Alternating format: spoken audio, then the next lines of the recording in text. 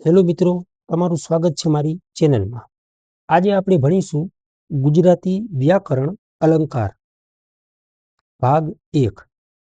અલંકારના બે પ્રકાર છે, શબ્દ અલંકાર અને અર્થ અલંકાર। હવે એમાં આજે આપણે ભણીશું શબ્દ અલંકાર। શબ્દ અલંકારના 4 પ્રકાર: વર્ણાનુપ્રાસ, શબ્દાનુપ્રાસ, અંત્યાનુપ્રાસ અને પ્રાંત સાંકળી। તેમાં પહેલો છે વર્ણાનુપ્રાસ અલંકાર। એમાં ટીક યાદ રાખવાની કે એકના એક વર્ણ અથવા અક્ષર પુનરાવર્તિત થાય તેમને વર્ણાનુપ્રાસ કહેવામાં આવે છે।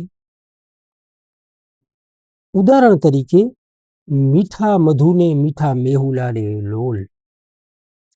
તો ઉદાહરણમાં જુઓ કે મ મ મ મ એટલે કે એકનો એક અક્ષર અથવા વર્ણ પુનરાવર્તિત થાય તેમને વર્ણાનુપ્રાસ કહેવામાં આવે છે। ઉદાહરણ મીઠા મધુને મીઠા મેહુલા રે લોલ। બીજો છે શબ્દાનુપ્રાસ અથવા યમક।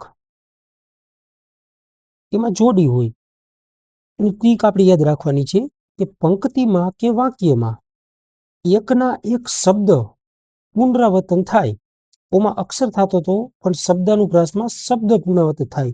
ઉદાહરણ તરીકે આ માયાની છાયામાંથી કાયાને મુક્ત કરો રઘુરાયા। આ માયા છાયા અને કાયા, આ માયાની છાયામાંથી કાયાને મુક્ત કરો રઘુરાયા, આમને કહેવાય શબ્દાનુપ્રાસ યમક અલંકાર। ત્રીજા નંબરનું છે અંત્યાનુપ્રાસ અથવા પ્રાસાનુપ્રાસ અલંકાર।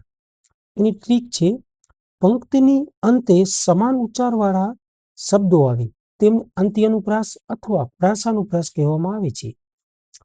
ઉદાહરણ પાને પાને પોઢી રાત તળાવ જંપ્યું કહેવા વાત। ઉદાહરણ શું? તો કે પોઢી રાત નહીં, રાત અને વાત એટલે શું? પાને પાને પોઢી રાત તળાવ જંપ્યું કહેવા વાત।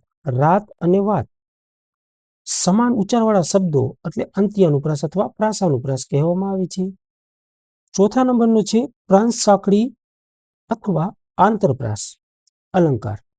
એમની ટ્રીક છે પહેલી પંક્તિનો અંતિમ શબ્દ અને બીજી પંક્તિનો પહેલો શબ્દ વચ્ચે પ્રાંત બને તેમને પ્રાંત સાંકળી કહેવામાં આવે છે।